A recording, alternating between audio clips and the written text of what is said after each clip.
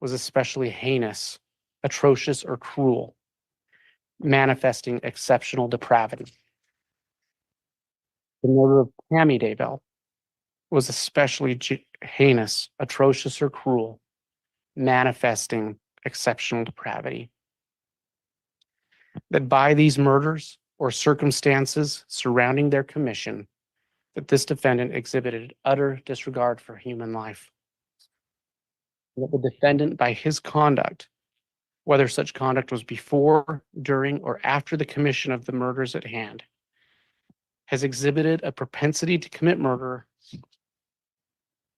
which will probably constitute a continuing threat to society. Again, we're going to ask you to make these findings based on the evidence that's already been presented in this case and anything you hear today. And so going forward, as the judge told you, the trial will work like this. If you decide that the state has proven one or more of those aggravators beyond a reasonable doubt, this case then goes back to you. And it is your decision whether one or more of these aggravators has been proven. And if it has, then you must decide if under these circumstances, imposition of the death penalty would be just or unjust. Thank you.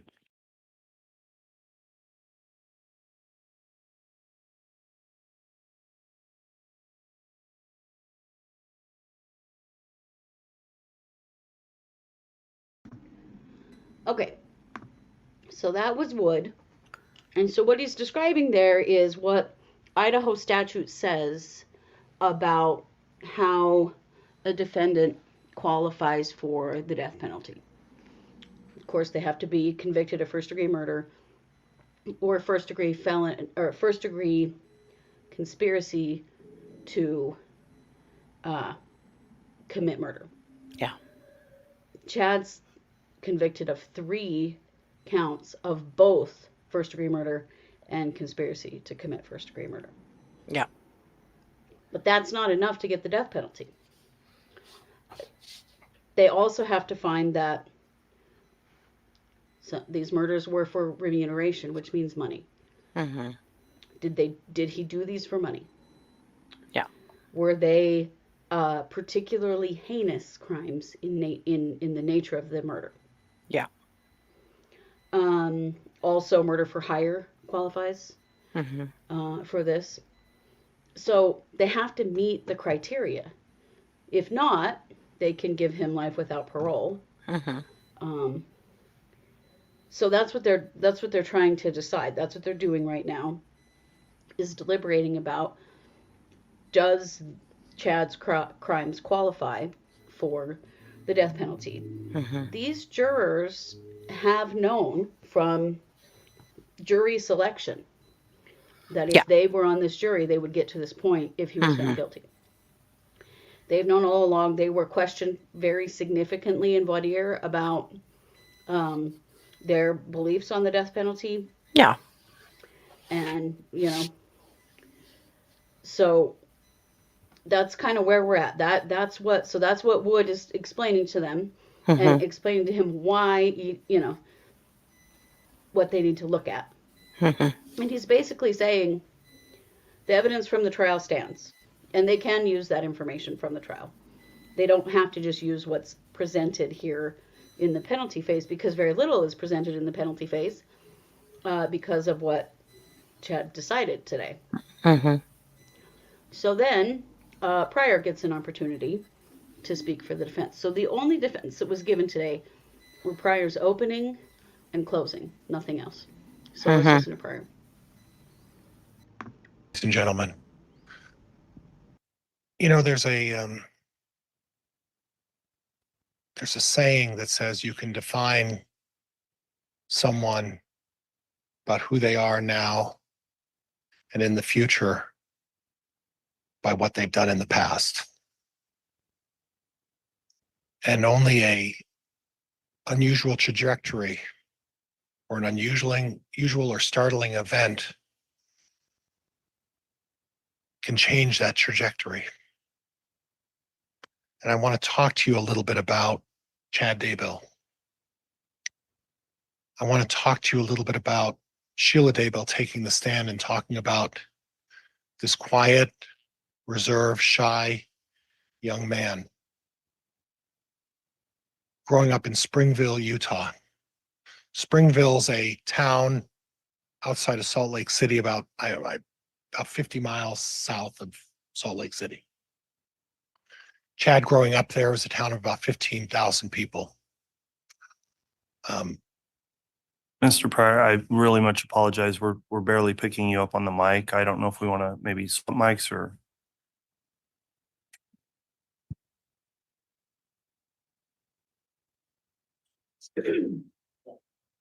All right. Thank you, Mr. Pryor. Apologies.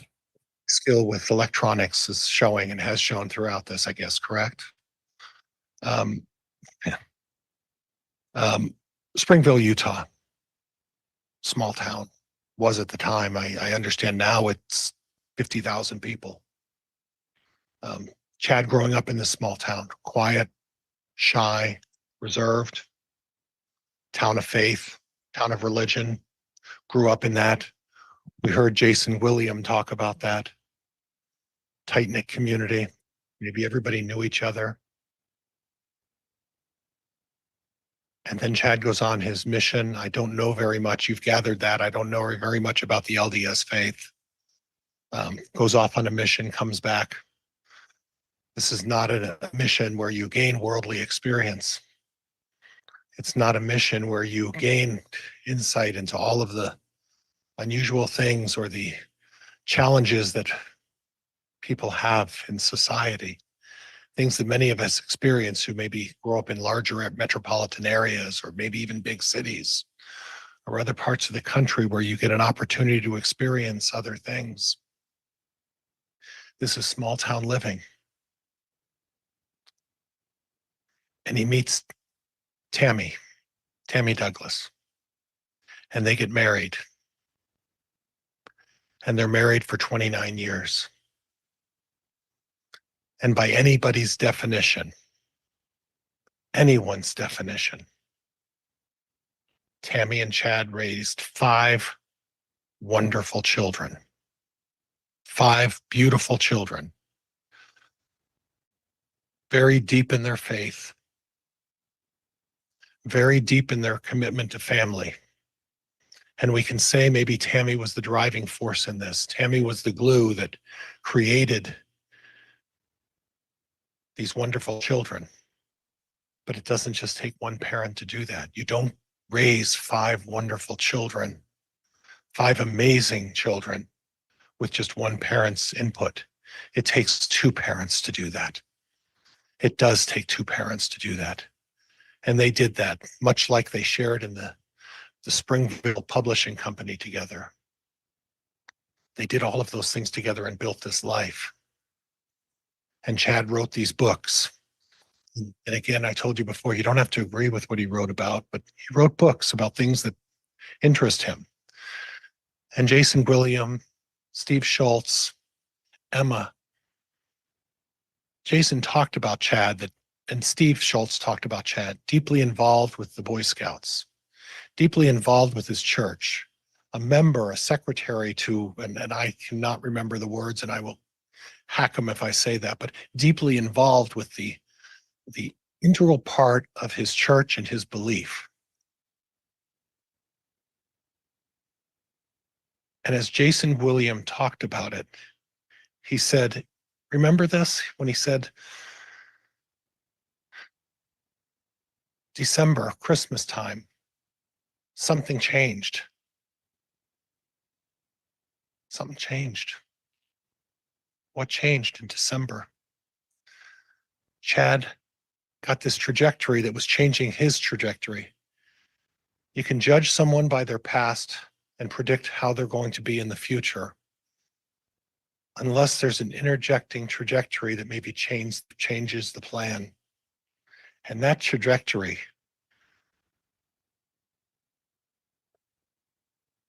that bomb that came into his life was a woman who previously had been married 4 times.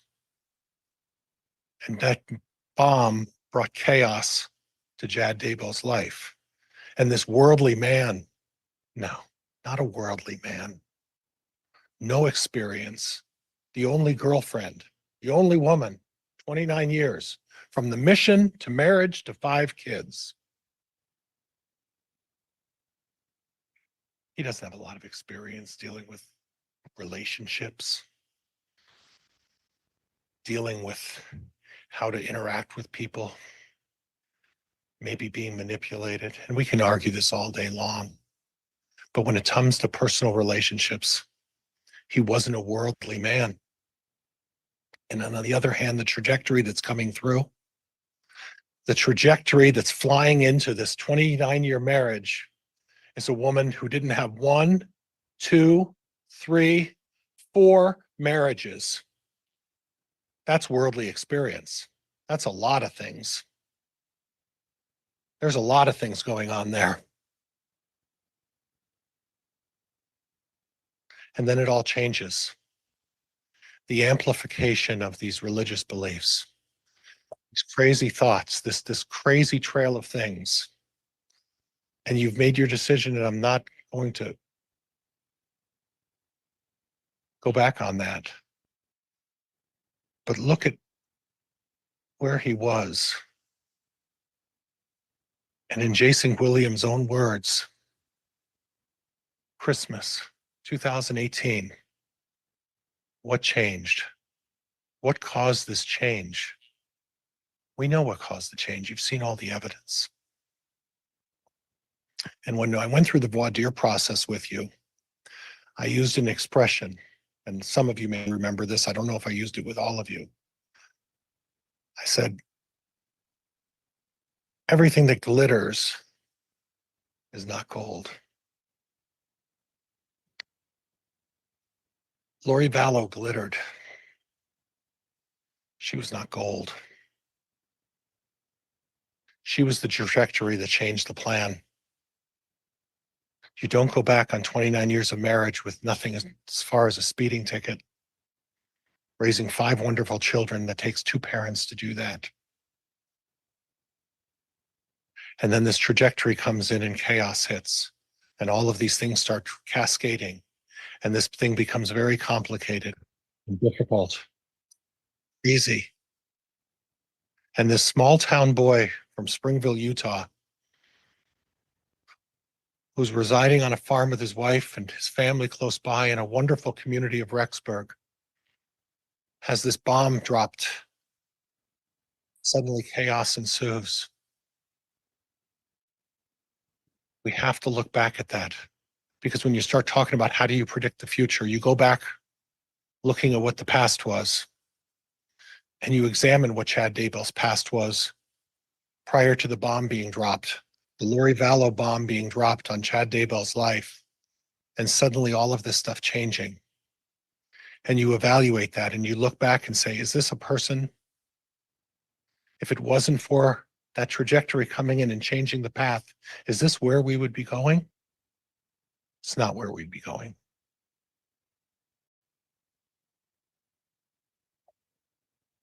Path's changed.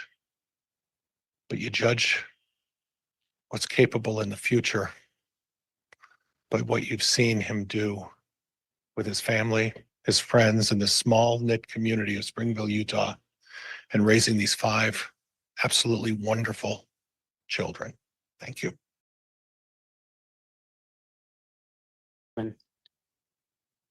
When we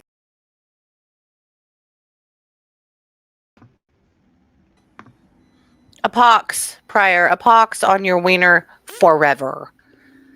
Are Please, you your asshole. even kidding me? Yes. I mean, what?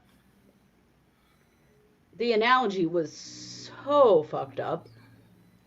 So we're supposed to skip over the murders and judge him based on who he was before they moved from Springville, that move that he forced because all of his prophecies were coming true, made Tammy go somewhere she didn't want to go, took her from her family, Mm-hmm.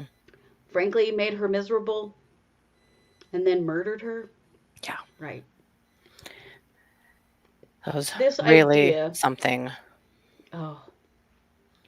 This idea that this vixen woman could come in and make a man do all of these terrible things, and it's her fault.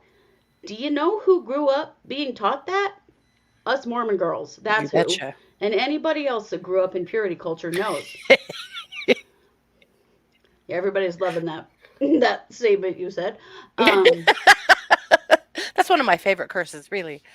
Yeah, it is an excellent one. So, I mean, think about it. Anybody that grew up in a purity culture was taught, as we were taught as girls, that we had so much power over men. Mm-hmm. Our bodies had so much power over men. We were not allowed to show any of our limbs, really. My goodness. Necks up to here, because Mm-hmm. we could make men do terrible things just by them looking at us. Just by existing, ladies. Yeah. And I mean, I'm no Lori fan, but Chad went into this willingly, clearly willingly. Yeah. And to say that this was his first affair is bullshit, and we all know it. Mm-hmm. There have been other women come forward insinuating otherwise. You And betcha. he was looking. He says it in his dumb story. Mm-hmm. That you are the partner I've been looking for all my life. Yeah. What about the woman you were married to for 29 years that birthed 5 children for you? Mm-hmm. What about her? 5 wonderful, magical, fabulous children. Oh my God. I mean, first of all, they're all That grown part. adults. What? But second of all, are you motherfucking kidding me? Are No. you even kidding me with that? 2 of That- which perjured themselves on the stand. The other 3 of which didn't show up at court at all. Yep. They Didn't sure speak didn't for show their up for their mama? mother. Nope. Mm-mm. Nope. Unbelievable. I mean, Yeah. I knew whatever he said I wasn't going to like, but I was not even prepared for that. Now, to Pryor's credit, he has been preparing for mitigation for who knows how much time, that he's not even currently being paid for, but he's worked his ass off for mitigation. And then to have a bomb, I'm assuming dropped on him this morning from Chad that he doesn't want to do mitigation. I can only imagine how this and the clothes were the only chance he had to fight for his client's life. I'll give him that. I will. But Jesus H. Christ. That You couldn't wait have for the been clothes worse. because it gets worse. Oh, it does get worse. Yeah. It does get worse, which is There just was a kind of hard to comment. fathom. I missed it way up here, and I'm so sorry. I'm not going to remember who said it. It was a man. He said, just a small town boy living in a lonely world. Yeah. We're Right? lucky he didn't burst into song and dance up there. Aren't we? When the bomb Wow. of Lori entered his life. Yeah. I did want to report that about 10, 12 minutes ago, some people were moved in the courtroom, moved to make room in the courtroom, moved to a certain area to close the courtroom, according to Caitlin Hart from EIN, but no news why. So the stream is still up. There is no news yet, so we don't know anything yet, but we'll just keep on. We do know there was a little bit of activity there, so that could mean something and maybe not. Oh, yeah. Yes. And Nicole, right? The part about Mhm. it takes 2 parents to raise amazing kids. You would say that, John. You would. You Yep. would. I don't know if John has kids or not, but if he does, do you think he raised them? I bet not. I'll bet Chad was the laziest, most ridiculous parent ever. And just threw out orders here and there because everyone had to listen to him as the patriarch of the home. But I'll bet you Tammy did 99% of everything. Yeah. Including earn their income, obviously. Yeah. Yeah. Well, the thing is, he didn't have to admit guilt in mitigation. That's not what mitigation is. He needed to have people come forward to speak for him. Yeah. And say he was a good guy. And honestly, maybe they just didn't have anybody who would. Yeah. I was kind of surprised that Emma and Garth didn't. But I mean, no one got the chance because I'm they just guessing he shut had that at down. least one professional on the line, though. Well, I I would figured imagine Garth so. wasn't going to be there, considering we had a listener that saw Garth digging around in the fire pit last night, Oh, or in the that's pet right. cemetery last night. Yeah. It's a 5-hour drive to Boise, so Yeah. I didn't really think we were going to see him. Right. Yeah. Yeah. It's so strange. When the Mhm. judge questioned Chad about not putting on a mitigation case, and he said, "Do you feel you're thinking clearly today?" Are you unwell? Yeah. Yeah, this means no Dr. Wellner. There is no more to be presented other than what happened today. We're just So going to have to watch for Dr. Wellner in another case. yes, the prosecution didn't present anything other than the Mhm. victim impact statements, the people who gave those, because why? Mhm. He's not even fighting it. I had And one thought. what's that? I had one thought. Well, I've had a lot of thoughts, but one that might make any kind of sense at all. But one thought about, what if some of the kids were supposed to come and speak on his behalf? And what if they have watched this trial and finally realized how duped they have been, and at the last minute said, "We're not coming." And maybe they didn't have the balls to come up there and speak on behalf of their mom, or maybe it was just too late. But maybe they just decided they weren't going to speak on behalf of their dad. Mm-hmm. I don't know. I just wonder if some lights Yeah. have actually started flipping on and they finally started going, what the hell are we doing? I think it's very possible because something changed. Something changed. And if Right, his Pamela, kids why said did they he weren't fight? coming, yeah, why Mm-hmm. didn't he fight? And if his Yeah. kids at the last minute said, "You know what? Go fuck yourself. We're not coming." Maybe that was enough for him to go, "You know what? I'm done. Not doing it." Mm-hmm. I guess I think everyone is so flummoxed by this. Mhm. It's Yeah. difficult to understand. Why did he take this all the way to trial to then not even try to fight the death penalty? He could have Right. just pled guilty without the death penalty and it would have been over. Mhm. So clearly something changed. Yeah. That's my impression. And a lot of people have said also that his goal was to be exonerated for Tammy. Yeah. I believe that's true. I believe And that I at my think that core. when you look at the case that they Mhm. presented, that's what his defense attorney fought the hardest. Mhm. And maybe that was trying to keep his kids on his team. Mhm. And now that he's lost that, he doesn't care. Yeah. Yeah. And maybe he does want the death penalty. I don't know. The thing is, it's not like it's fast. It isn't. Yeah. Um, in Idaho, do you want to talk to us about that, Katie? And then we'll talk about some other stuff, but about uh, the death penalty appeals and all that stuff. I'm not prepared to talk about that. I thought Oh, you I were. thought you told me you were. Oh, I was just, okay. I have some things about death row to share, but Oh, about death row. Share that with us. okay. I'm sorry, I misunderstood you. No, you're fine. So Idaho has 8 residents currently on death row. We have Azad Abdullah. He entered death row in November 2004, convicted of first-degree murder for the arson death of his wife in Ada County. We have Thomas Creech, who you guys are familiar with, who, because we've talked about him a lot, he received his sentence in January 1983 for beating an inmate to death in Ada County in the prison. We have Timothy Dunlap, who has been on death row since April 1992. He was convicted of first-degree murder for killing a woman during a bank robbery in Caribou County, for remuneration. Yeah. We have James Hairston. He's been on death row since November 1996, convicted of first-degree murder for 2 shooting deaths in Bannock County. We have Eric Hall, who has been on death row since October 2004, convicted of 2 first-degree murders, convictions for raping and killing 2 women in Ada County in 2000 and 2003. We have Gerald Pizzuto, of course, who's been on death row since May 1986. Gerald is dying currently. He's on hospice.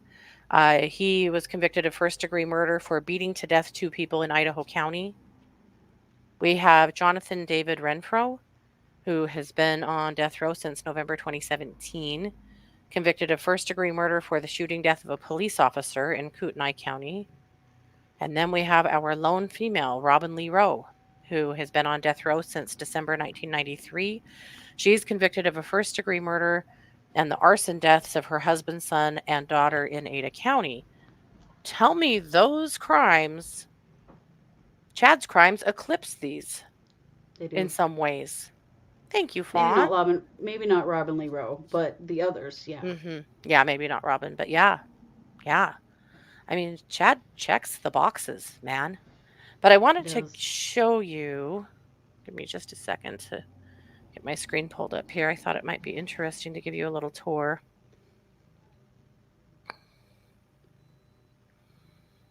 Of the execution chamber. Are you guys up for it? Let's see. I'm going to have to pull this one. Actually, can you pull this one off the stage? What do you mean? Sorry, you're not seeing what I'm seeing. I need you to pull the court is in recess page down. It is pulled down. Just, you got to just exit it completely Oh, okay. so that I can add a new Oh, I page. see what you're saying. Sorry, See what I guys. mean? I think we're both glitching just a bit. Oh, I'm a little drunk, I'll be honest. I am too. This just drink a I little. made was more than I thought. Okay. Thank you for Done. that. Okay. Uh-huh. I didn't explain that very well at all. I'm like, I don't know what we're talking. Okay, yeah, got it. Okay. Alrighty. So, and this is from the Idaho Department of Corrections website. So this is the chamber itself looking south here, the first photo here on the left, and then the chamber looking southeast. This is the exterior or the entrance. This is if you were to get the lethal injection. This is the cell of F block, which is where these procedures are done. The isolation cell bed. Isolation cell table and window. Isolation cells are where people on death row go.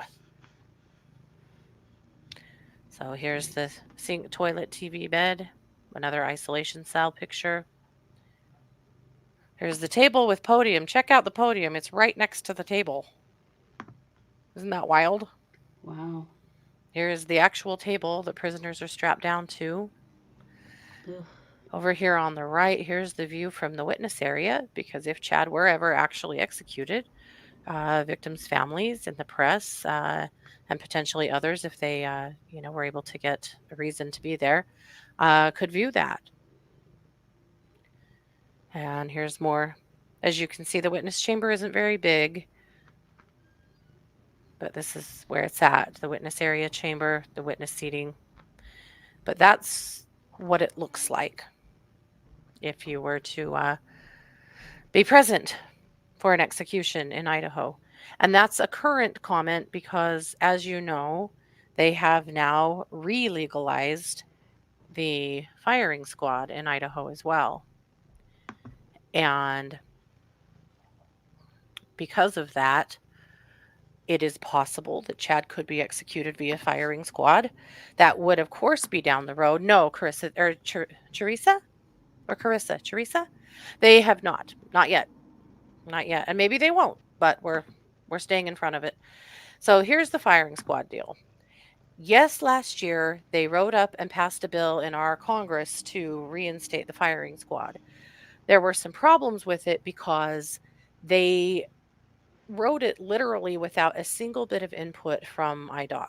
Nothing from the Department of Corrections. They were as surprised as anybody to see that bill in there. And it's thought that was written pretty much for Koberger, but we don't have a facility to do any kind of firing squads, and the facility itself is around a $4 to $5 million prospect. So before anybody were to be executed via firing squad, they would have to build that facility and pay for it. So And we train suspect, staff. Yeah, and train staff and be ready. I mean, they could be easily 10 years away from that, easily, which is fine because there is a lengthy appeal process if you are somebody who's on death row. And so 10 years is probably pretty Yeah. fair depending on how far, how hard he chose to fight. What's firing squad? That would be him being killed by gunshot Hmm. rather than lethal injection. Hmm. Essentially, with firing squad, they line up multiple shooters, and most of them have blanks in their guns, and a couple of them don't. And so some bullets would actually fire, most of them would not, so that nobody actually would know who fired the kill shot. Right. Because, the problem with the death penalty is we're asking people to kill people. Right. Yeah, it's just like with lethal injection, different people put different parts of the cocktail in the IV for the same reason. Yeah. It's So very no one third world. actually Yeah. knows who. It's bizarre. Mhm.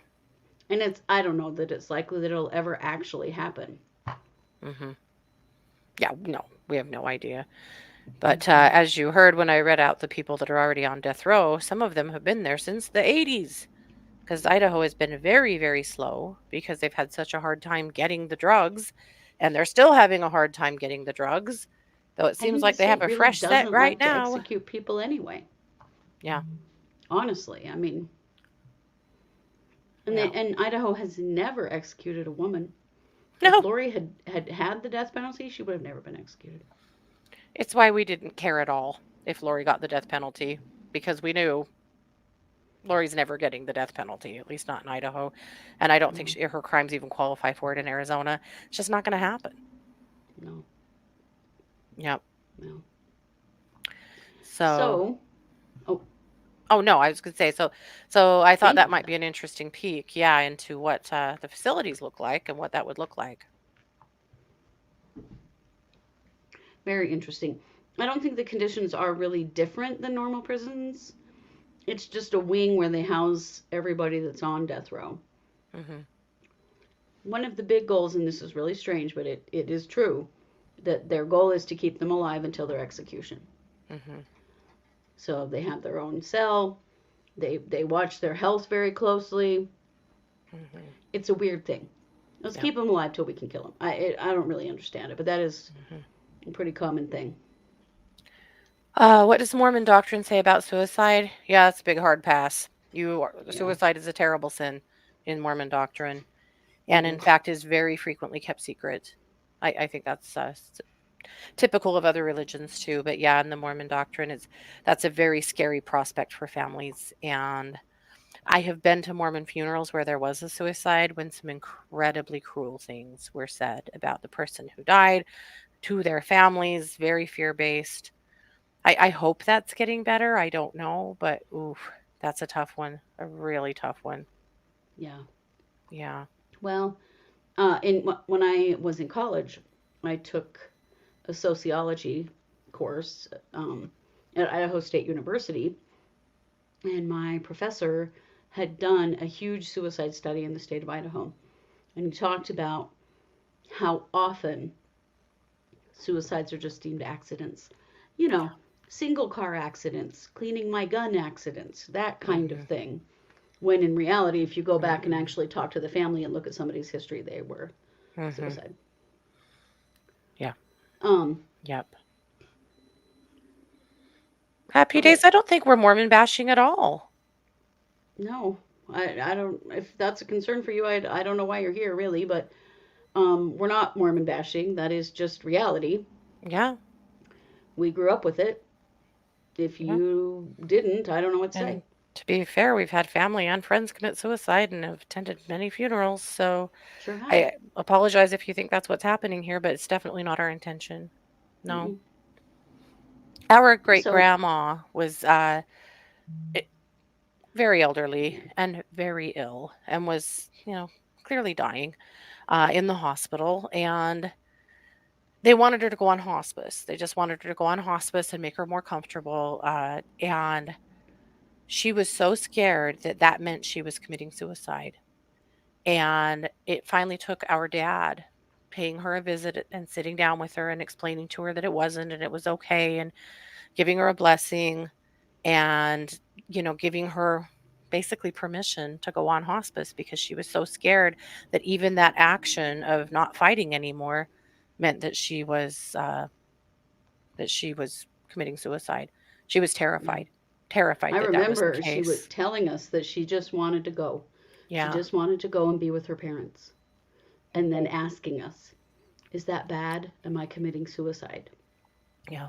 She was in her 80s and in rough shape. I mean, it was really Oh, sad. she was a type 2 diabetic almost her entire life, and mostly Mhm. unmanaged because, well, we discovered in her 70s she didn't know what a carb was, but No, she she did was a not. hell of a lady. But, She was. right. But that's how frightened she was. That's old school, I know, but that's how frightened she was. Yeah. Yeah. And some of you are asking about blood atonement. Somebody said they read in an article that the firing squad is because of blood atonement. Okay, first of all, that is not true. That is not No. what happened at all in the legislature. Blood atonement is something that used to exist in the Mormon Church. It was a belief that if you violated your covenants, then you should take your own life, or someone else should take your life. Those things were acted out in the Mormon Temple. They've been lessened and kind of changed now, but that is an old Mormon belief that is not related to this at all. But Yeah. people like to connect stuff like that, but it isn't true. Yeah. Um, Not just in this so you know. instance. Yeah. This bill, the person that wrote this bill said they wrote this bill for Brian Koberger. Mhm. Yeah. Yep. So we're not talking about Grandma Betty. We're talking about Lucille. We're talking about your grandma. Yeah. Yeah. I was under the impression that the spilling of blood is necessary for blood atonement in Mormon. Yes, like death is spilling of blood. Mhm. Like cut your throat or disembowel yourself. Mhm. That That is used to what was be, said. Used to yeah, be. that used to be a thing. It Mhm. was symbolic though. It wasn't really done. It was symbolic, but yeah. And it's believed that it did actually happen a few times in the very early Mormon church, Yeah. but you Yeah. know, not really fully connected in this situation. No. So I do have a little bit of information about what happens immediately if Chad does get the death penalty. Okay. If the jury comes back and says, yes, we're sentencing him to death, then the first thing that happens is that immediately triggers a review from the Idaho Supreme Court of the death penalty sentence. So this is separate from appeals that are filed by the defendant. This is an automatic thing that happens. Mhm. During that appeal, the death penalty sentence is temporarily suspended. So they go through that appeals process. If it is upheld by the Supreme Court, then they reinstate the death penalty. But there are still more voluntary appeals that a person can make, and that is why a lot of times it is many years, sometimes decades, before someone actually receives a death warrant, which is an order from the governor that it's time to take this person's life. Mhm. So even if Chad chose not to appeal at all, he would still get the first appeal because everyone gets that appeal. They just Mhm. go through and make sure everything was done properly in the penalty phase. It is not an appeal of the conviction, it is an appeal of the sentence. Mhm. So they go through and just make sure everything was done correctly by the jury, by the courts, all that stuff Mhm. before they come back and say, okay, yes, this was done correctly, this sentence stands or it doesn't. I Mhm. don't think it's real common for them to overturn the death penalty in that appeal. I think it's quite common that they don't. Yeah. But it is something that does happen. Mm-hmm. And then, yeah, there are a lot of different kinds of appeals and ways to get appeals after that, if that death penalty stands. Mm-hmm. And someone can also opt for to not appeal anything. Mm-hmm. I will say, though, that projects like the Innocence Project get involved and actually do approach defendants or not defendants, but prisoners that they think maybe have a shot for one reason or another. They review their cases, and sometimes it's at the request of the defendant, and sometimes it isn't. Mm-hmm. But they would have to find something really egregious in Chad's conviction, and I don't really think that's going to happen. This case, the judge has been extremely careful Mm-hmm. to protect this case. Yeah. Pamela said, so because he didn't choose to have mitigation, does that mean they have a chance to appeal? No, it doesn't give him more of a chance than anybody else because he chose it. And the judge Yeah. made him say in open court, not his attorney, made him say that he was waiving it to be sure they preserved that. Yeah. Yeah. I mean, he'll still have his appeals, but not because he didn't do mitigation. That was his choice. Yeah. It's the same as his choice to put up a defense. It's Mhm. just real weird to put up a defense and then not put up a defense in the penalty phase 2. Mhm. Everybody was stunned today. Mhm. I suspect that it might be because Chad thinks he's better than this and that it doesn't matter because he's a god, don't you know? Because Yeah. he's an exalted being. It's very possible that that's where he's at, because that's where Lori's at in her head. She doesn't see any of this as really being real. Mhm. And So, that at some point, someday, somebody's going to step in and save her. yeah. Yeah. So the Innocent Project that stepped forward to help Scott Peterson, and me too, I was so mad. I'm like, what the hell? That's not the Innocent Project, as it turns out. It's some group that has formed in Los Angeles that's calling themselves the LA Innocence Project.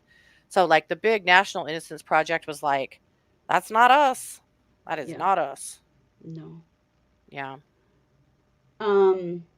Any possibility that his parents didn't want the mitigation report to be public, like it would embarrass his parents? I mean, I don't think Chad cares about embarrassing anyone. His own mother came and testified for the prosecution. Yeah. So I don't think that he would withhold anything to not embarrass other people. Would he withhold something to not embarrass himself, however? Yes. Mhm. The And dude's a it does, narcissist. you have to wonder if he was starting to read through those mitigation reports and realize just how personal that was going to get into his life and got dicey. Yeah. Yeah. The first appeal is automatic. The first appeal everybody gets, which essentially is that his attorney and then the appellate attorney that's assigned to him will look all the way through the transcripts of the case and decide if there was anything that was improper or that could potentially be an issue. They will send that over to the appellate court, which is a panel, I believe, of 3 judges who will go through those things and decide, is there anything here or isn't there? Yeah. But what people don't understand about appeal is that people seem to think, I'm gathering this especially after the Trump ruling and things I've read, is that people seem to think that an appeal either means you're exonerated or you get a new trial. That is unlikely. That's the rarest of events. What is it? Something like 3%? Yeah. There may be succeed in another, appeal. yeah, there could be another remedy that could affect your sentence or things like that. But to just have a reversible, sorry, we fucked up, you can go home, that just doesn't happen. And especially in a case like Chad's where there was so much evidence, it just doesn't happen. Noreen wants to know, why do you need a facility to shoot someone? Good question. It's just all because of safety. And the Supreme Court, Yeah. our right to be free of cruel and unusual punishment. I mean, it's state-sanctioned murder. And so it is very heavily regulated. Yeah. If the firing squad ever gets reenacted in Idaho, like physically, literally, I'm going to be very, very surprised. I doubt it ever does. Yeah. That was just some yippee cowboys putting on a show in the legislature. It was just stupid. Yeah. They don't know anything about how the legal system actually works. Thank you. Jess said appeals are for losers and they very rarely change the original outcome. But I think it's a good question, Sue, because he's going to get that initial appeal that's just, that everyone gets. But then is he going to keep fighting? Or is at that point he's just not going to do anymore? I really wonder if you're right Right. about that he's not going to do it. Yeah. Yeah. I think so too. Yeah. Lori's appeal is currently, they keep having to extend the time because her appeal started here in Idaho and then now she's in Arizona to be tried, and so it's just on hold. Yeah. Until those cases are done. Mm-hmm. Yep. Well, and her appeal has actually been delayed many times because actually because of the clerk, because the court clerk has filed for, I'm going to say 4 extensions now to get the full transcript together and get it to the new appellate attorney. But Yeah. again, nobody's in a very big hurry. So, No. I mean, she has consecutive life sentences to serve. yeah. Yep. And yes, typically death row prisoners live in a lot more isolation and a lot more supervision than other prisoners. And one of you made a comment that They're I thought generally was, considered more dangerous. Yeah, Because of the yeah. things they've done. One of you guys made a comment. I'm sorry, I don't know who now, but said that they had watched a YouTube of a guy who's an ex-con talking about how he thought Chad would do in prison. And I thought that was a really interesting comment. They said that he thought Chad would do quite well in prison because he is a rule follower and because he is pretty quiet and would probably end up with a little cushy jail job because he's just not going to be up in there causing trouble. I think that's probably Right. true. I hate to admit that my first thought was that he'd end up their librarian. Then I thought, gross, Ooh. get that out of your mouth. But he probably would, some kind of little clerical thing, Mm-hmm. Yeah. Yeah. I But would not say if he's that's on really death likely. row. Not if he's on death row, though. No. Yeah. No. Why Not the at hell all. didn't he just take a plea? Chad, why the hell didn't you take a plea? For God's sake. We've been asking this for years. I'm still back on the same. I still think this was simply to try to prove he didn't kill Tammy. Period. I think you're right. Yeah. So after the openings, we then moved into victim impact statements. Uh-huh. And this was as brutal as you can imagine it to be, honestly.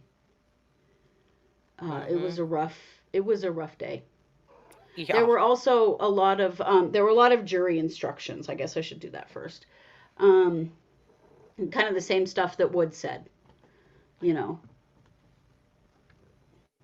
There were multiple aggravating factors in this case. This is what the judge said, and he lists them. He says Tylee and JJ's murders were committed for remuneration, or Chad convinced someone else to commit the murder for remuneration, which is the same penalty. Tammy's murder was committed for remuneration, or Chad got someone else to do it for him. Tylee's murder was especially heinous, atrocious, or cruel. JJ's murder was especially heinous, atrocious, or cruel. Tammy Daybell's murder was especially heinous, atrocious, or cruel. Chad exhibited utter disregard for human life, and Chad's conduct exhibits a propensity to commit murder, which would cause a potential danger to society. So he reads these instructions to the jury, that these are the things that they need to consider. These are the things that are being presented as far as what they have to consider, going forward for the death penalty or not. And the thing is, this has to be a unanimous decision. Yeah. If it's an 11-1, then it's life Not in prison. happening. Yep. Yeah. So then we got the victim impact statements. And these were really powerful. A lot of people showed up for Tammy, which I thought was really awesome. I was so happy to see that. Yeah. And the first person to speak is Ron Douglas, and he's Tammy's dad. And he talked about losing Tammy. He talked about Tammy moving away first to come to Rexburg and how difficult that was for their family because they had lived a block away. and we're Mhm. close. And then, he talked about how his wife died. His wife died right after Lori's conviction last year. Yep. And he said, one of the things he said is, I find it comforting to know that Tammy is resting peacefully in Utah. Yep. Buried alone. Buried alone. Yep. Remember how we've talked about how strange Tammy's Mhm. burial was and how strange her headstone is? Well, her dad would most definitely have noticed all of that. Yeah. Yeah. Yep. So then we And he heard sure from did. Kay. And we got a tiny Mm. peek of Tammy's dad. After that, they moved the camera, so Mhm. you didn't see him walk up, walk down, nothing. Yeah. But Tammy's little dad, my God, this He's in tiny his little frail 80s. man. Yeah, the bailiff really had Yeah. to walk with him and help him up onto the stand, and yeah. Yeah. Poor guy.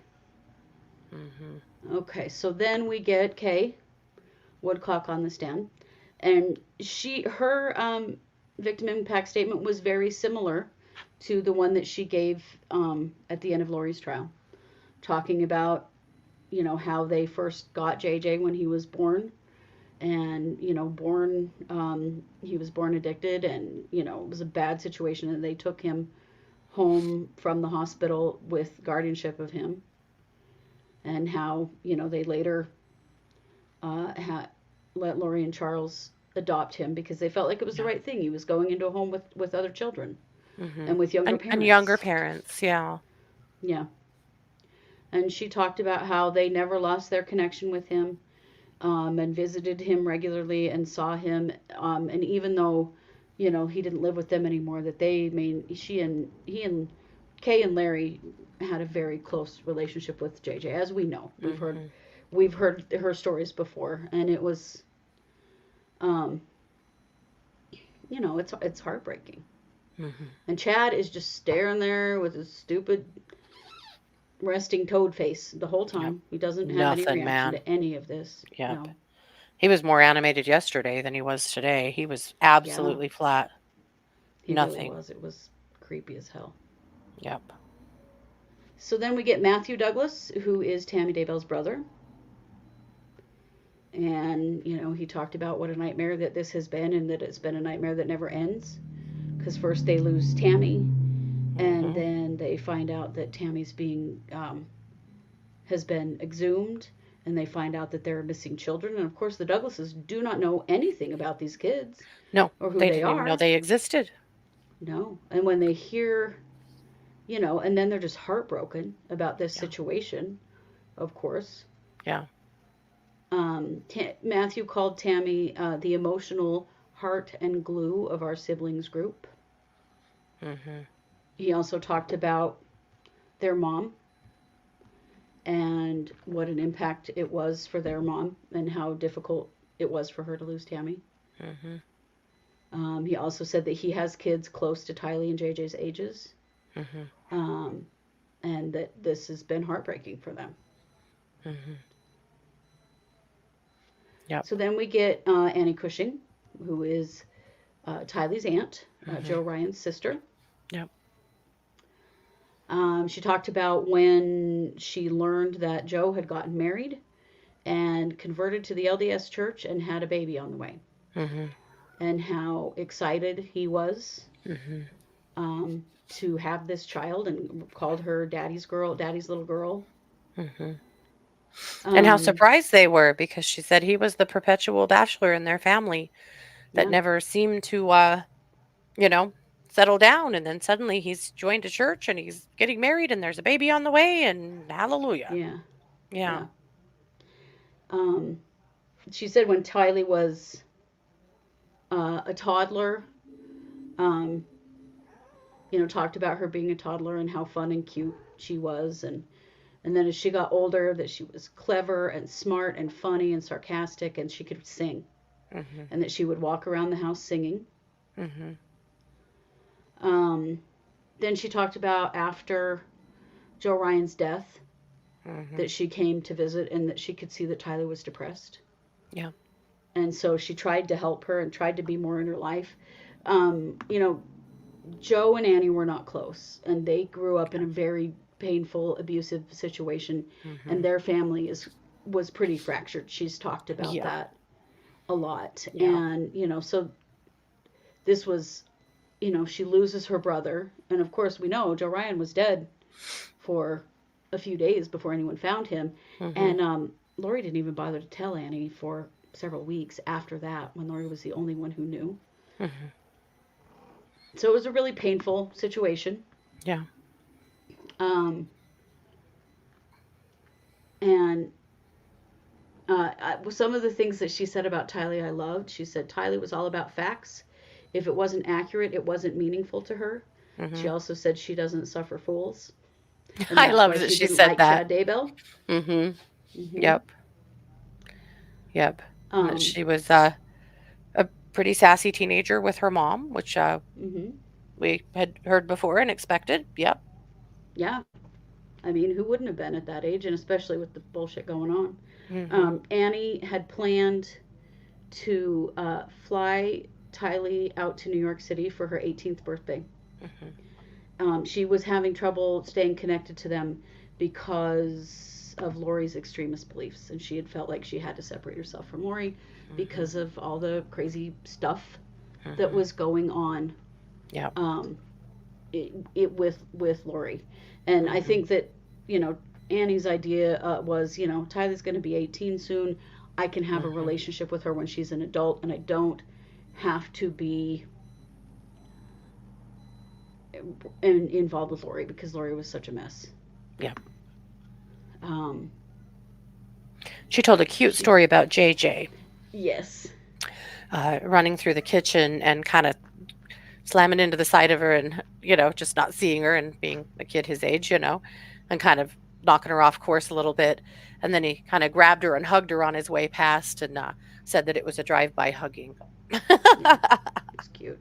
She tried Yeah. to connect with JJ, and Mhm. that was kind of tough because JJ had autism and he didn't Mhm. really connect. So she told Yeah. another story about how he was just sort of yelling random things, and they were sitting in the living room watching TV. So Annie just started yelling out stuff that was happening on the TV to like participate with his yelling because she was Uh-huh. just trying to connect with him. Yeah. But Annie didn't have that much opportunity really to Yeah. connect with them. No, she And didn't. but she did talk about how much Tylee loved JJ and Yeah. how tight knit those two were. Mhm. Um, then for some reason that I cannot explain, because we really never heard why, Pryor asked for a sidebar in Yeah. the midst of this, Mhm. which I don't know what that was for. They didn't really say. They just No. came back and kept going. I will say though, I appreciate the sidebar versus objecting during victim impact statements like John Thomas Right. did in Lori's, because that Hmm. was in the poorest of poor tastes. It absolutely was. It was disgusting. The way that John Thomas did, and I wondered if Pryor would do the same shit, and he didn't, which I guess we can give something to his credit, right? Yeah. He never tried Um, that. I was glad. no. So then we hear from Kelsey Douglas. She's Tammy's sister-in-law.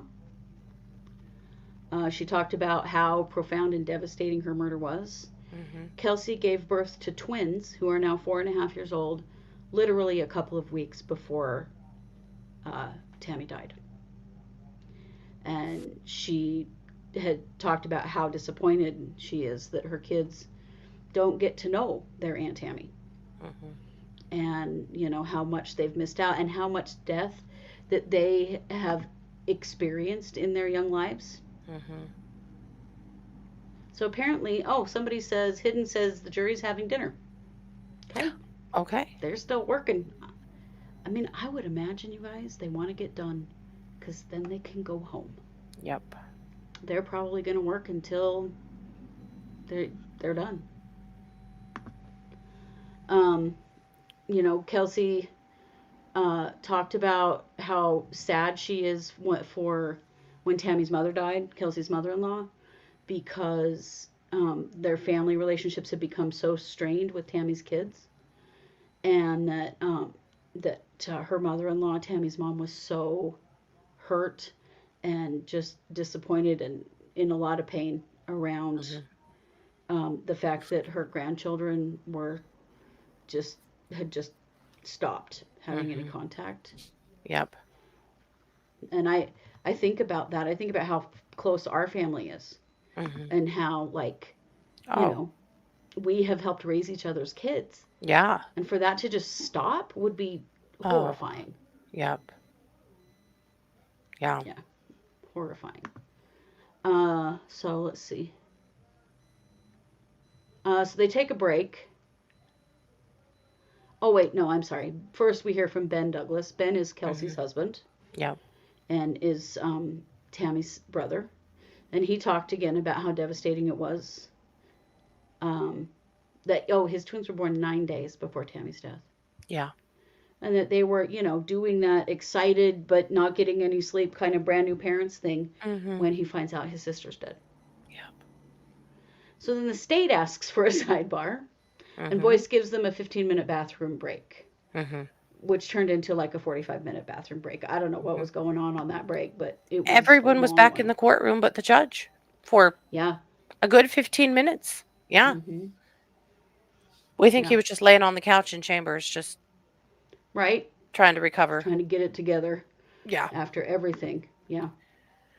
Yeah. It was really, really hard and sad for the family that none of the kids attended grandma's services.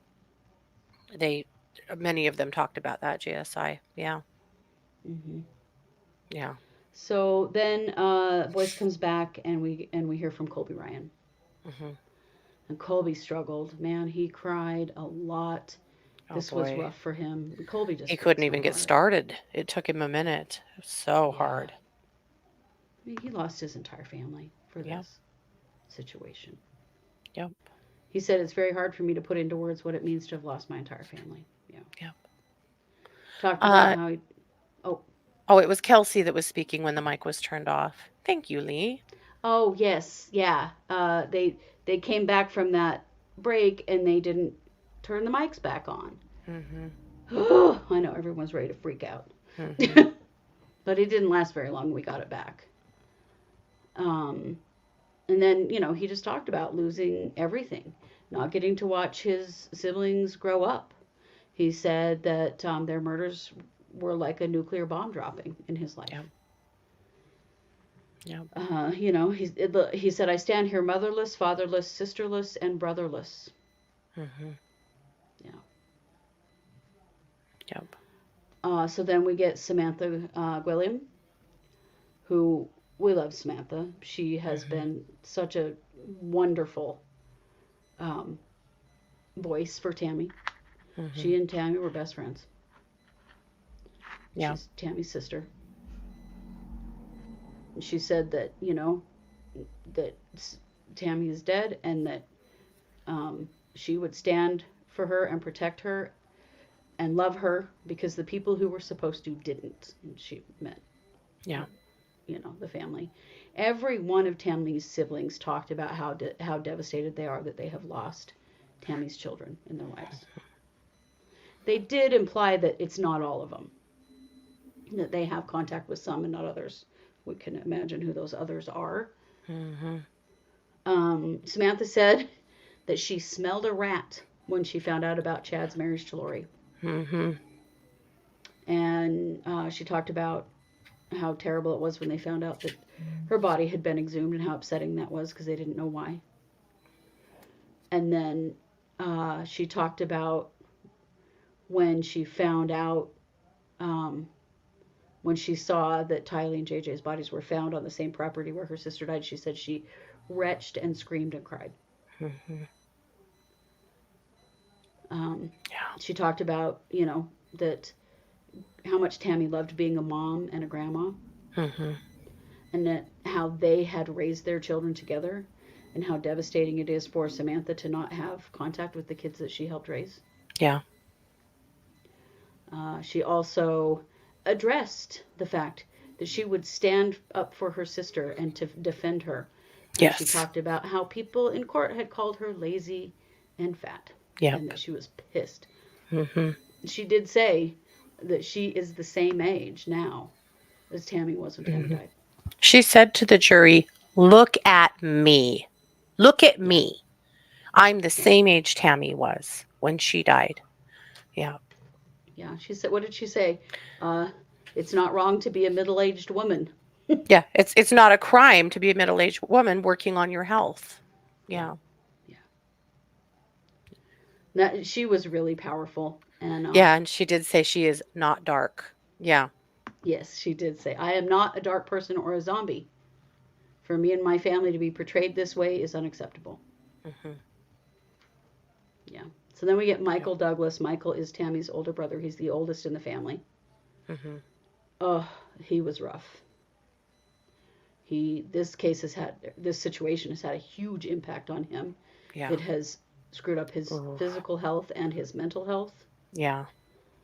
And he knew right after the funeral that something was off about this situation. And then he said he remembers when he heard about missing children, and that he was thinking, oh, please no, Chad told us they were empty nesters. Hmm. Yep. When the children were found, he said he broke into more pieces than I can count. And that he started crying hysterically at work and had to be like rushed into an office to separate him from where he was working from other people, I think. Yeah. And he's really, really struggling. Like his Oh, health has man. taken a dive. He's had difficulty working. He's having mental health issues. He's on medication and in counseling. And, he said, I've had my peace stolen and I have to fight every day to be patient and kind with others and myself. He said there's an angry part of him that he hopes will go away someday. Yeah. Oh, that was He really said he's sad. Tammy's big brother and that he feels like he failed to protect her. Yeah. Yeah. And of course he didn't. He couldn't have anticipated this. And Tammy was an adult, living her life. Right. And of course he did nothing wrong. But, yeah. I can get why he feels that way, though. Definitely. Michael was probably the hardest to hear. He was heartbreaking. They all were. I was so damn proud of Sam, though. She was so full of fire. Yeah. She was. And I love that she fought back. Every single one of them invited Chad's kids to return, to talk this out, to return to their family, to come back and help them to heal and to rebuild. Every single one of them. They did. Michael is Tammy's older brother, the oldest in the family. Tammy was the oldest sister, and Michael the oldest brother. So then they take a break again, and they come back, and Boyce kind of goes back over the jury first they have to talk without the jury, because they have to finish up the last of the jury instructions. They go over those. Lindsay Blake doesn't have any issues with them. John Pryor tries to bring up the change in reasonable doubt. What does it have to do now? He's already convicted, but he's got to have something to say. So they kind of argued that for a minute, and the judge overruled that again. And they went back and they read kind of went over the jury instructions again.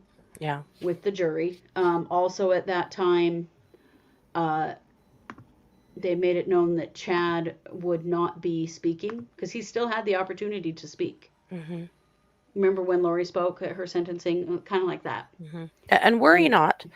When we're done talking about what happened today, we're going to listen to Lori's since Chad didn't give his. I have it pulled up and ready. Do you? Okay, cool. Yeah. So, coward at this point. It's just a coward. Total coward. Yeah. So they did the whole jury instructions again. And then the prosecution and the defense were given the opportunity to give basically a closing statement. So I'm going to bring those up. I have them.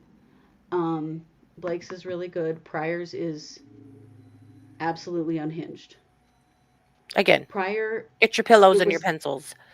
It was like he was having a stroke. When we get to Pryor's, I want you to really listen, because there are times when Pryor doesn't even complete entire words.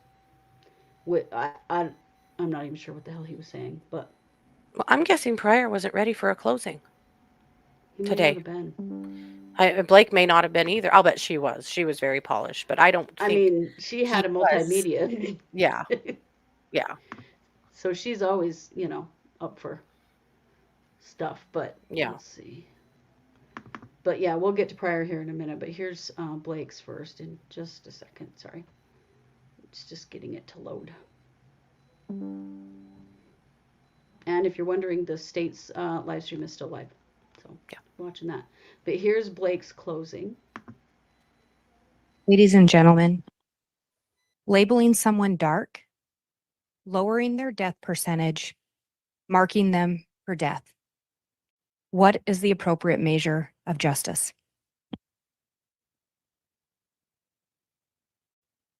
On August 12th of 2019, Lori switched Tylee's Social Security payments to go into her sole, meaning Lori's sole, BBVA account. The first payment was deposited on August 28th of 2019. Less than 2 weeks later, Tylee was dead.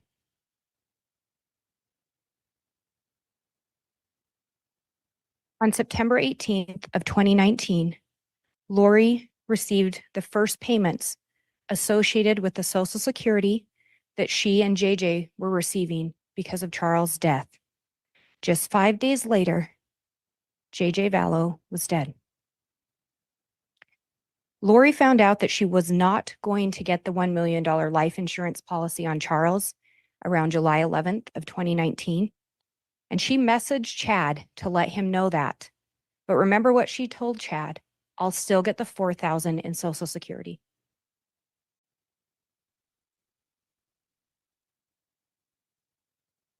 On September 8th of 2019, Tammy's life insurance was increased. Chad signed off on that application. Tammy was dead just a little over a month later, while the attempted shooting was almost 1 month to the day that she upped her life insurance.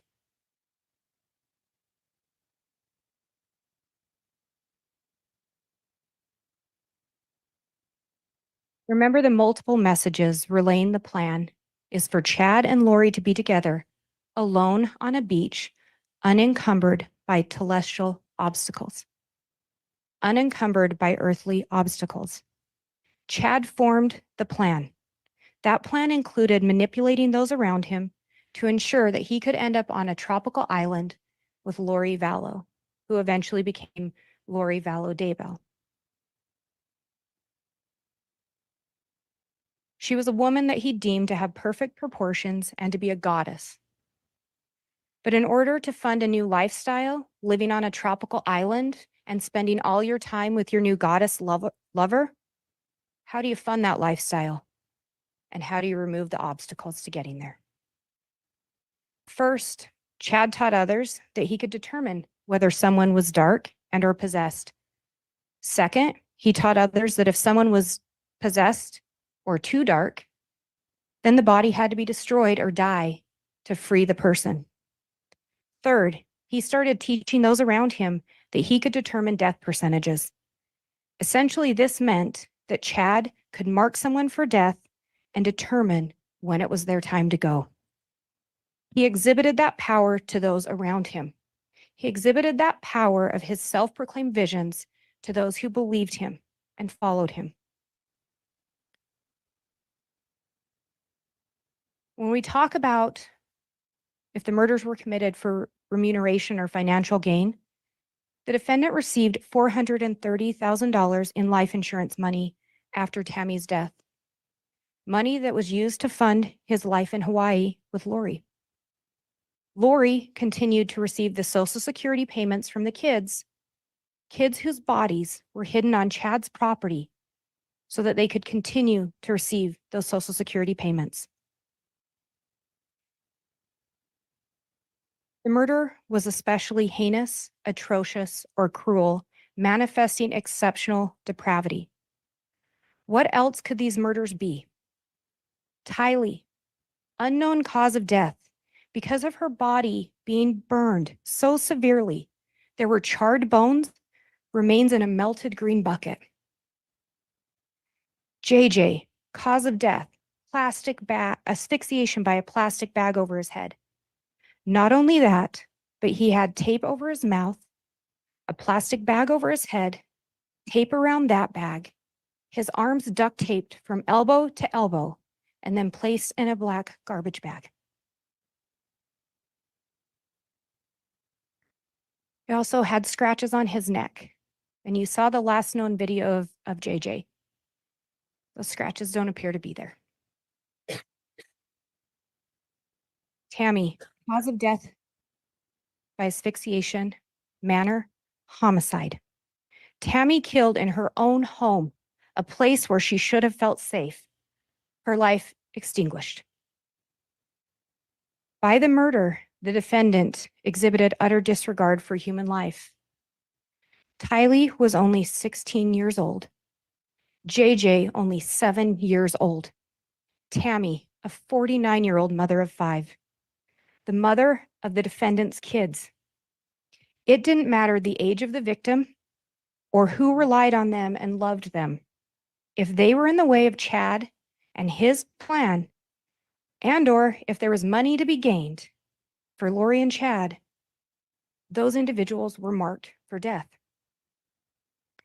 The defendant, by prior conduct or conduct in the murder at hand, has exhibited a potential to commit murder, which will probably constitute a continuing threat to society. Again, 3 victims killed, all at different times. Again, the defendant determining who was possessed, determining the death percentages, and once again, the defendant determining when it was their time to go. And Alex Cox believing and trusting Chad 100%. Alex said shortly before his death, "I am worried I am going to be their fall guy." Another statement he made, either I am a man of God or I am not. Lori, when asked about believing Chad, if Chad is a Satan, he sure is a good one. Chad told more people than just Lori and Alex about people being dark. You heard of other people that were labeled as dark by Chad, including 12-year-old kids. The only difference is it was only those that stood in his way of his plan or who there was going to be financial gain from that ended up dead. Ladies and gentlemen, you will decide what justice is. At every stage of the development of the plan that resulted in the death of Tylee and her body being burnt with parts still missing, the death of JJ wrapped in plastic bags and duct tape and discarded in Chad's yard, the death of Tammy Daybell, who had her ability to breathe, to live, suppressed. Tylee was last seen on September 8th of 2019.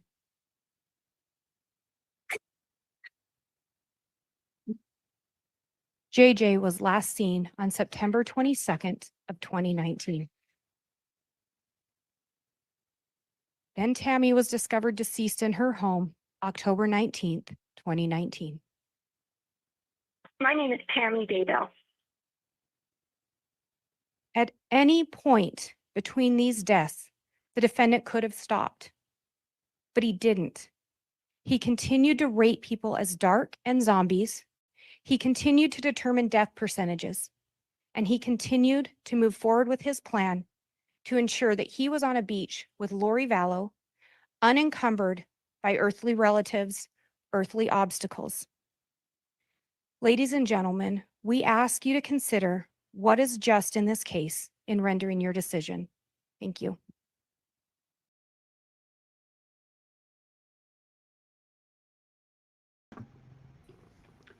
Wow.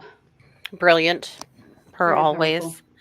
powerful. One of you asked why I thought Lindsay wouldn't expect a closing. I just think she might not have expected it today. Yeah. I They were expecting this to last several days. really think Pryor wasn't expecting it today. He didn't seem ready. And frankly, I wondered if that's why there were some breaks and sidebars, because Yeah, they were they just had trying some to catch readying up. to do. Yeah. Yeah. Stephen posted that the jury finished dinner about 15 minutes ago and is back in deliberation. Mhm. So they're still working at it. There was a question about, uh, Lindsay quoted Lori saying, if Chad is a Satan, he's a good one. Mhm. Some people thought she said saint. What she said was Satan, Mhm. not Satan. Satan. It is Mhm. her East Idaho accent that made that hard to understand. Mhm. But she's saying Satan. That is what Lori said um, when she maybe had some questions Yep. about whether this was really going to work or not. Mhm. So after that, then we get this unhinged mess from Pryor. The final Really pay belligerent attention. turd circus from Pryor. Right. He actually does something I've heard Trump do quite a bit, which is not finish a word. He starts a Yes. word and doesn't finish it. There are several Mhm. incidents of it in here, so let's watch that. Yeah. Ladies and gentlemen, I want to go back to the indictment in this case. And the indictment accused Chad Daybell of espousing religious beliefs. And if you go back and look at the indictment, it talks one of the overt acts was espousing the religious beliefs to justify a killing. One of the other overt acts is that they claim that Chad did a south-southwest wind direction. And if you look back at the indictment, you'll see that all of the other overt acts, every one of them dealt with, as far as JJ and Tylee are concerned, dealt with actions by Lori Vallow. When we talk about remuneration, let's go back and do a little history lesson. Let's talk about Joseph Ryan. Before Chad ever knew Lori Vallow, the plan was set for Joseph Ryan and Lori to collect the insurance, the life insurance proceeds. The plan was already in place before Chad was ever even in the picture. And then we get the plan with Charles Vallow. And then I know I spoke to you at the time of my closing about Chad Daybell and the insurance for, that Lori was claiming to get on Chad. If you've made your decision, but if you look at the indictment, the allegations with Chad Daybell are not about remuneration or money. The allegations with Chad Daybell were allegedly religious beliefs and espousing religious beliefs. And the time we spent on the screen was about religious beliefs that he claimed to have had and that he espoused. This had nothing to do with money. Nothing to do with money. The insurance on Tammy Daybell, the $300,000 was set in 2002. And the state cannot allege that in 2002, Chad Daybell had some plan to collect insurance. When you look at the documents of the upping of the insurance, Tammy Daybell upped her insurance because it was relatively cheap. But the reason Chad Daybell signed that document and signed off is because he was also getting $20,000 insurance. And the only reason he had to sign was because if you listen to what the real estate or the insurance folks said, is if he's getting insurance as well on himself, he has to sign. This has nothing to do with money. You found that there was murders. And I want you to read the statute and the directions and what the judge has presented to you as what you have to find in terms of atrocious conduct. And the judge specifically said there that if you find that there was a murder, that's not enough. You have to go beyond bounds of human decency. And if you look back at this case, if you recall, Chad Daybell was never present for the actual murder of Tylee Ryan. Chad Daybell was never present. There were many other people present for the murder of J.J. Vallow. And whether you believe or not that Chad Daybell suffocated Tammy Daybell, and it's as tragic as that is, that doesn't reach the heinous, atrocious conduct that's defined by what the judge is instructing you. And at this point, folks, I'm going to ask you to find that there was no conduct that rose to the level that the state is trying to present at this point. Thank you.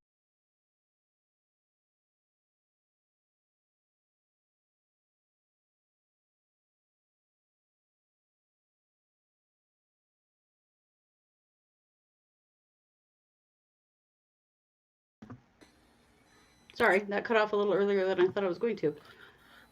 Did you hear him say tragedy Mm-hmm. instead of tragic? Did you hear him Mhm. say remuneration instead of, or Mhm. no, remuneration instead of remuneration? Did you hear him say Chad did a South by Southwest? Mhm. It was the Google search, but he didn't say all of it. Like, Mhm. he's, I'm sure, exhausted, as Mhm. they all are. But holy shit, man. It's a good thing we're at the end of this. He's done. Mhm. He's coming unzipped. Yep. But that whole, I mean, like it was bad, but it wasn't like bad. I mean, And all that shit that Chad was dude, found to not be there for these murders. No, he wasn't. that's not true at all. There's no Yeah. evidence at all that he wasn't there. Mhm. They can't prove that he was anywhere else, or he would have proved that. Yeah, he is tired, but I think mentally, emotionally, he is not in a good place. No, he's done. Yeah, he got He's names done. mixed up. He got a lot mixed up, and I Mhm. was like, "Oh shit, man! We've all worried about his health through this Mhm. because he doesn't look well." No. And that was like, holy crap. He's Yeah. really struggling to speak. Yep. Well, and again, I just believe he wasn't prepared to do a closing No. today and Yeah. threw that together. Thank Yeah. you to my 2 cents and someone else. Let me get back to it. Teresa, thank you so Teresa, yeah, much. thank you so much. Um, yeah, and him not saying murder, I know, except for that one time when he definitely did say it. Yeah. But it was a lot of blathering. It didn't make Mhm. any sense at all. This wasn't about money. This wasn't about money. Are you fucking kidding me right now? That Chad this got that wasn't about insurance money? policy. Yeah. Chad got that insurance policy in 2002. He couldn't have possibly known in 2002 what? Of course, he didn't know in 2002, but he knew in 2019 that he had that money coming if something Yeah. were to happen to Tammy. I mean, what the hell? It's the dumbest argument I've ever heard. It was just a no argument. He had to get up and say something. Mhm. And that, if he did suffocate Tammy, I mean, it wasn't that bad. Yeah. What the fuck, man? That doesn't Yeah. rise to the level of bad. Holy moly. Murdering your wife of 29 years for money Yeah. and your hot new girlfriend that isn't hot? Yeah, that's bad. Yep. So at that point, the jury broke to deliberate, and that was at exactly 2 p.m. Yeah. So But we're the at fact 5 that they've had hours and dinner and they're 36 back minutes or at it something. tells me that they think they're going to finish tonight. Yeah. Everyone's still there. The families are still hanging around the courthouse. Maybe not at the courthouse, but people are pretty much hanging around there waiting. Yep. I think it was Uh, about money and other things, GSI. yeah. Yeah. But yeah, I do think he wanted to flit off into the sunset with Lori and have that money to live on. It's just, again, it just went a whole lot faster than they thought it would. Yeah, well, with Chad presenting nothing. So yeah, they are still at it. That's Mhm. what's going on right now is they're still in deliberation. Yep.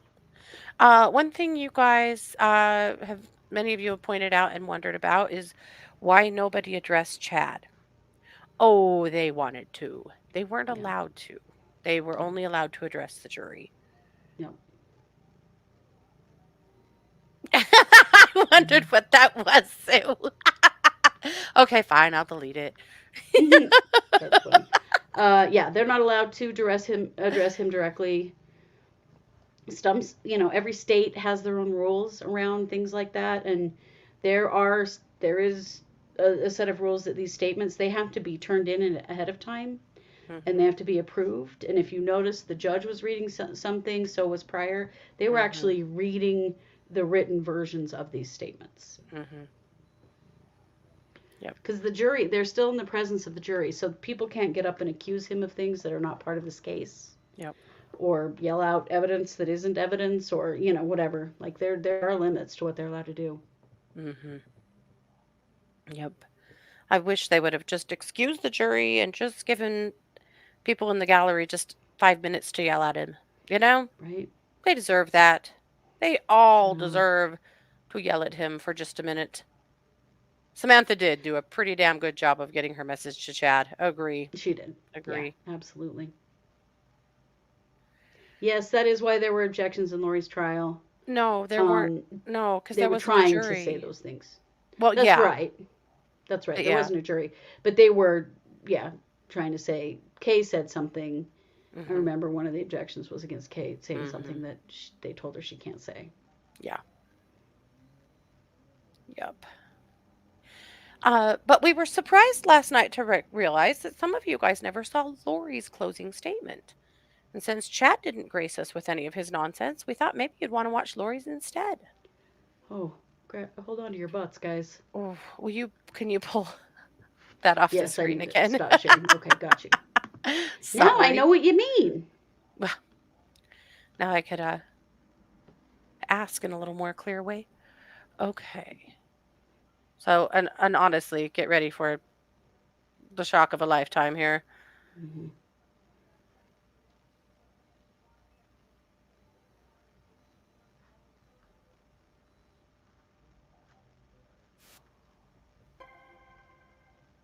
I would like to start by quoting John from the New Testament in the Bible. In John chapter 8, verse 7, Jesus says, "He that is without sin among you, let him first cast a stone at her." Then in verse 15, Jesus says, "Ye judge after the flesh, I judge no man. And yet if I judge, my judgment is true." Jesus knows me, and Jesus understands me. I mourn with all of you who mourn my children and Tammy. Jesus Christ knows the truth of what happened here. Jesus Christ knows that no one was murdered in this case. Accidental deaths happen. Suicides happen. Fatal side effects from medications happen. I have a different perspective in life because in 2002, when I was pregnant with Tylee, I died in the hospital while in labor with her. They tried to stop my labor. They put me on the table and they put something in my IV, and I felt my spirit falling to the floor. I was standing near my pregnant body, watching the doctors try to revive me, which took them a few minutes. In that time, my sister Stacy was standing to my left. I turned to hug her and was surprised that her spirit was as tangible as a physical body, because I knew I was in spirit and she was in spirit. She said she needed to show me some things, and we went to heaven. I later returned to my body. Because of this experience, I have access to heaven and the spirit world. Since then, I have had many communications from people now living in heaven, including my children, Tylee Ashlyn and Joshua Jackson, my sisters, Stacy and Lolly, my aunts and my uncles, and my grandparents. I have had many communications with Jesus Christ, the Savior of this world, and our heavenly parents. I've had many angelic visitors have come and communicated with me and even manifested themselves to me. Because of these communications, I know for a fact that my children are happy and busy in the spirit world. Because of my communications with my friend Tammy Daybell, I know that she is also very happy and extremely busy. I have always mourned the loss of my loved ones, and I have lost many in this mortal world. However, I know them more than most people. I know where they are now and what they're doing. I know how wonderful heaven is, and I'm homesick for it every single day. I know we all lived in heaven before we were born on earth, and we were all adult spirits in the heavenly realm. We chose to come to earth as mortals. Heaven is more wonderful than you can possibly imagine. I do not fear death but I look forward to it. I did not want to return to my body when I was out of it. Even though my son Colby, who I adored more than anything, was only 6 years old at the time, and I was about to give birth to this new baby girl that I wanted so badly. I was a young mother, and you would think I wouldn't want to leave my children, but as I stood in heaven, I did not want to go back. I thought they would be fine without me because I was peaceful and I was happy and I was home. But then I was told by Jesus that I needed to go back and complete things that I had covenanted or promised to do before I was born. This caused me a lot of distress because I knew heaven was my real home, and I only wanted to be there.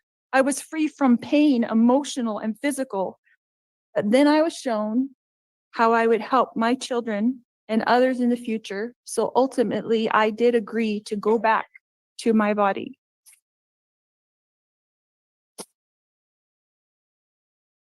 Kylie has visited me. She is happy and very busy. Kylie is free now from all the pains of her life. Kylie suffered horrible physical pain her whole life. I sat with Kylie in the hospital year after year after year while she screamed in pain when the morphine wasn't even enough to take away the pain of her pancreatitis. I sat there while she cried and I held back her hair while she threw up.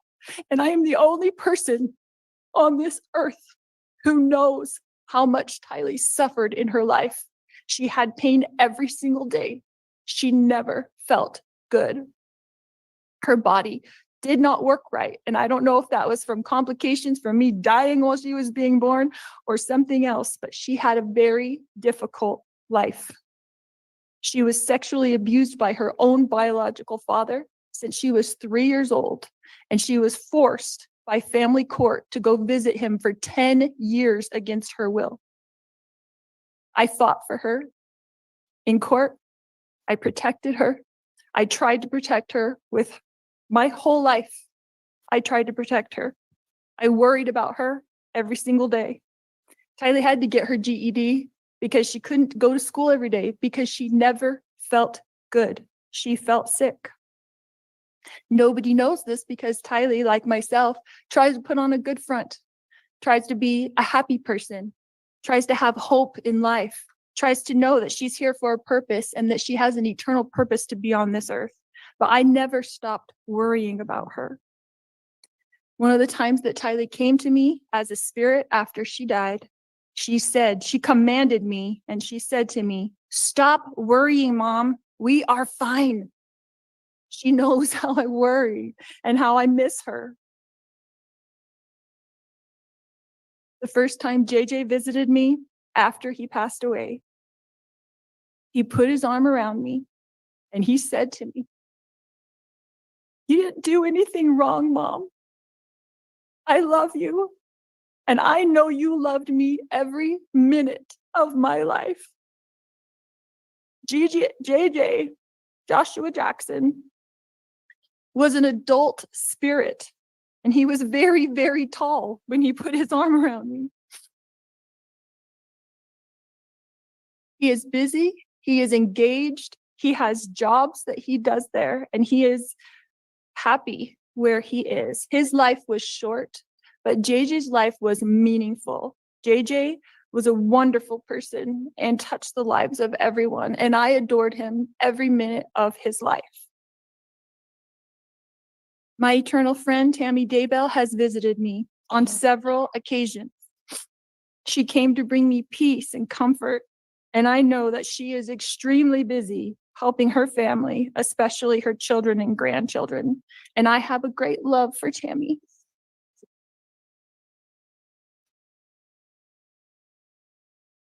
My beautiful children, Kylie Ashlyn and Joshua Jackson, rest safely this day in the arms of Jesus. My wonderful friend, Tammy Daybell, rests safely this day in the arms of Jesus. And I look forward to the day when we are all reunited and I too will rest with them in the arms of my Jesus.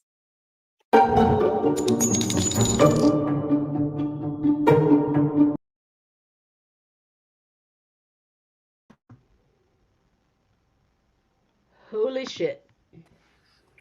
So yeah, that's what Lori said. If you'd like to try to imagine what Chad was going to say. The jurors have retired for the night and will come back at 8:30 a.m. Okay. So here we go. Wow. My favorite part about that whole video is Judge Boyce's face at the very beginning when she starts out with that scripture. And for a moment, he forgets he's the judge and he looks stunned. Mm-hmm. And then he does a lot of blinking, like he cannot fucking believe this is happening right now. Blinking. Like you can tell that like somehow he's got to express this fucking ridiculous situation. Mm-hmm. Mm-hmm. That is just unbelievable. Every time I hear it again, I'm like, I still can't even. The way Lindsay Blake is literally turned in her chair, just staring at her, just aghast. Like, Yes, like I is this cannot. even happening? Yeah. Yep. Yeah. Not only that, I'm quite sure that Summer said that she'd never heard that before. That Yes, NDE she story did before. say that. Yeah. Yep. No. It was Thomas. Thomas Oh my God. Thomas The hope and spoke. love speech. Yeah, Thomas's speech. Oh my God, it was terrible as well. It- Just terrible. It was insane. It made me think that Lori was seriously rubbing off on him. It was bad. Yeah. Yeah, it was all about how what we can make better out of this situation is to give Lori Vallow hope. Mm-hmm. That there is hope in this life for her. Yep. As in, Judge, please give her the opportunity for parole, is what that Yep. fucking meant. Mm-hmm. It was Yep. unbelievable. Yep. So here's what's going to happen tomorrow. We will open the stream and it'll stay open. We are going to be participating on our phones because we are going to Utah to our cousin's celebration of life. Our cousin that was missing last fall that was found here a few weeks ago. Mm-hmm. So the stream will be up and open and we will still manage it, but we won't be home. And so if a verdict comes, we will still be back tomorrow at 6 p.m. to discuss. So Yeah. things will stay mostly the same tomorrow, except for that we won't come on directly after the verdict to discuss it. It'll be 6 p.m. when we come back. Yep. I don't know, Jane. I've been up in the air the whole time. And I'll tell you, you know how last night yesterday, I had my guilty on all counts postcard ready to send and all ready on all our socials. So all we had to say is push Mhm. go or do push go when they had the last bit. Yeah. When I sat down today to get my graphics done, I don't know. I wasn't sure. I made two. You can see them if you want. Because I don't know what's going to happen. I think this long pause gives me pause. So I made this one saying that he They has only been. need one holdout. Yep. I have this one saying that the jury did recommend a sentence of death, and then I have this one saying that they recommended life without the possibility of parole, because it'll be one of those. But yep, I made two this time because I don't know. I'm not sure. Yeah. I think it's an incredibly hard decision for anybody to be a part of deciding I don't somebody envy else's them death. at all. I don't either. I When don't you either. see the death and destruction in this case, how does killing another person seem right? That's just my feeling around it. Yeah. I'm not usually a death penalty guy. I'm still really not. But in this case, I wouldn't be that surprised if the jury went death penalty. Partly just because of the state we're in, and partly just because of the, the crimes themselves. They are really heinous. And when we Yeah. talk about what happened to Tylee, especially, God, yeah. Well, and JJ, my God, he was alive. I can't ever get over it. He was alive, put in that tape in that bag. Yeah. Yeah. And I mean, the bottom line is Chad Daybell has been convicted on all counts. He's never getting out of prison. Yep. He will never be released, regardless of what this jury comes back with. He's Yep. never getting out. Yep. Yep. But it is an incredibly hard decision for the jury, and I can respect that as well. And whatever they decide, I will absolutely respect. The jury has given up for the night. They've headed back to the hotel, so they'll be back at 8:30 in the morning to get back at it. So long as the court opens a stream, which I'm assuming they will, we will open a stream, and we'll all just be on jury watch again tomorrow. Yep. And we'll be with you by phone. We'll be on Yep. our phones. Oh yeah. It won't seem any different to you. Yeah, we'll be very present. The only difference would be when, if a verdict comes back before we make it home, then we won't come back on immediately and discuss it. We'll just be back tomorrow night at 6 per normal for the follow-up. Yep. Yeah, she is. Sandy's like, yep, that's what's up. Yeah. Yep. That's what's going to happen. She concurs, yes. Mm-hmm. Yep. Yep. Whew. Well, what do you say? Did we do it? I think we did. Yeah. I do too. I'm exhausted. I'll bet you guys are too. This has been a day. Mm-hmm. I'm ready. I just want to give one more shout out to the Douglas family. Oh, actually, I'm not done. I'm sorry. Yes. I did have one more thing to share. This is a picture that the Tammy Daybell Douglas Foundation posted today. Oh. There's the Douglas family. And of course, Tammy and Mom are gone. But this is the whole crew. Look at that sweet little dad. Yeah. And I just wanted to remind you about the Tammy Daybell Douglas Foundation. You guys heard about it again in court today. We've discussed it many times. But this is the foundation that her family formed to give books to kids because they knew that would be something that would be near and dear to Tammy's heart. And so I'm going to put a link in the chat room. But if you're not in the chat, it's just Tammy Daybell Douglas Foundation.com. Or no, I'm sorry. It's Tammy Daybell Foundation.com. Tammy Daybell Foundation.com. But you can, if you choose to, you could make a donation. After Lori's sentencing, we made a good donation in the name of True Crime Squad, and we will do that again this year. Yeah, we definitely will. But that's how you do it. They've posted a lot of things on Facebook the last few days about how much people caring and loving Tammy has meant to them and how much that has lifted them up. And I think that's something we can do, is lift them up. So,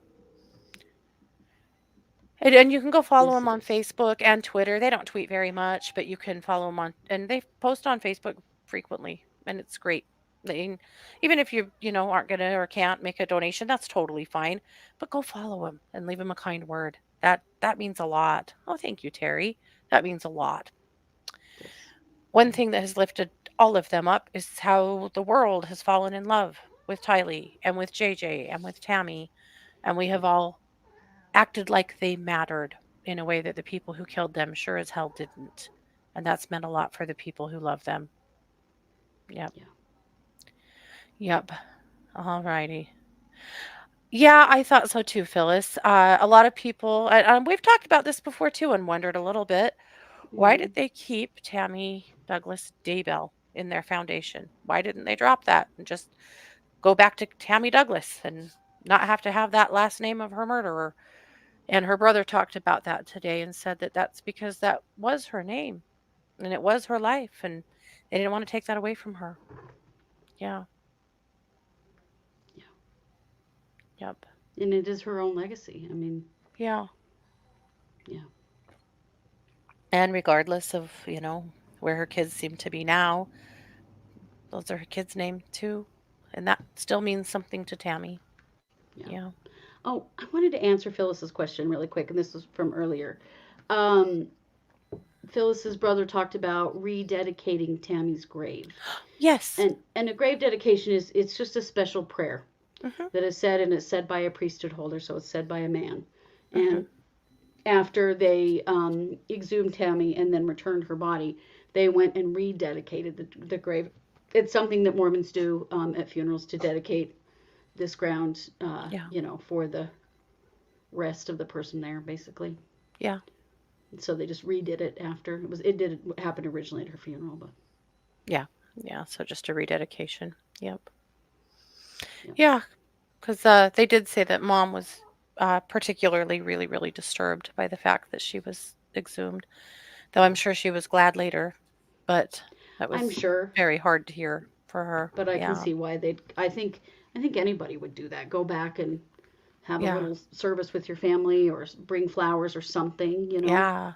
because no Yeah. matter the reason, it's always disturbing to Mhm. have to do that. Absolutely. Yep. We did it with our little brother, our baby brother, after our mom died. Mhm. She wanted to, and it wasn't for exhumation purposes, but she wanted his body moved to be. She wanted him buried above her, and it was hard. It was a very emotional day. Yeah. Yeah, it was. And he'd been gone for more than 30 years More at than that 30 time. years. Yeah. And we had gotten the go ahead from the state, which the funeral home told us that would be really hard to do, and they may not allow us to do it. And we're like, you don't know who you're dealing with, bro. Yeah, But no. they gave us permission within a few days, and the funeral home was shocked. Mhm. But then they were going to do the exhumation in the cemetery in Tetonia, Idaho, and then bring the baby to the other cemetery in Ryrie, Idaho, where our folks are buried.